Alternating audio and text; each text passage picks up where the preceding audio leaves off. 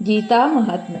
ಶ್ರೀಕೃಷ್ಣ ಪರಮಾತ್ಮನು ಭಗವದ್ಗೀತೆಯ 2ನೇ ಅಧ್ಯಾಯದ 67ನೇ ಶ್ಲೋಕದಲ್ಲಿ ಹೀಗೆ ಹೇಳುತ್ತಾನೆ: ಇಂದ್ರಿಯಾಣಾಂ ಹಿ ಚರತಾಂ ಯನ್ಮನೋನು ವಿಧೀಯತೆ ತದಸ್ಯ ಹರತಿ ಪ್ರಜ್ಞಾಂ ವಾಯುರ್ನಾವಮಿವಾಂಭಸಿ.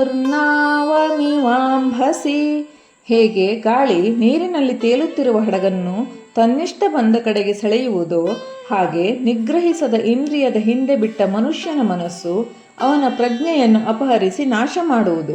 ನೀರಿನ ಮೇಲೆ ತೇಲುವ ದೋಣಿಯು ಬಲವಾದ ಗಾಳಿಗೆ ದಾರಿ ತಪ್ಪುವಂತೆ ಅನಿಯಂತ್ರಿತ ಇಂದ್ರಿಯಗಳು ಮನುಷ್ಯನ ಬುದ್ಧಿವಂತಿಕೆಯನ್ನು ಅಪಹರಿಸುತ್ತವೆ.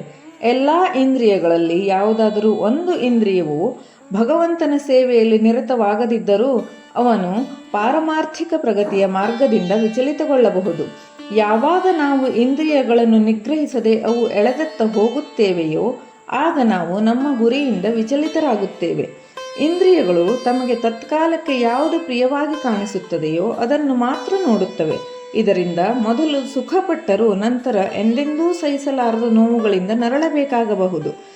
ಗಾಳಿ ತಳ್ಳಿದತ್ತ ದೋಣಿ ಹೋದರೆ ಯಾವುದೋ ಬಂಡೆಗೆ ಹೊಡೆದು ನುಚ್ಚು ನೂರಾಗಬಹುದು.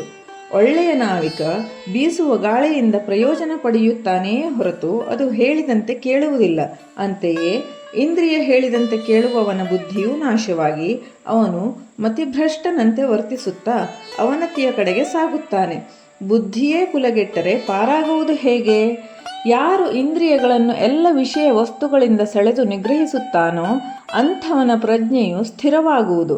ಅಂಬರೀಷ ಮಹಾರಾಜನ ಬದುಕಿನಲ್ಲಿ ಹೇಳಿದಂತೆ ಎಲ್ಲ ಇಂದ್ರಿಯಗಳು ಕೃಷ್ಣ ಪ್ರಜ್ಞೆಯಲ್ಲಿ ತೊಡಗಿರಬೇಕು. ಮನಸ್ಸಿನ ನಿಯಂತ್ರಣಕ್ಕೆ ಇದೇ ಸರಿಯಾದ ಮಾರ್ಗ. ಹರಿ ಓಂ.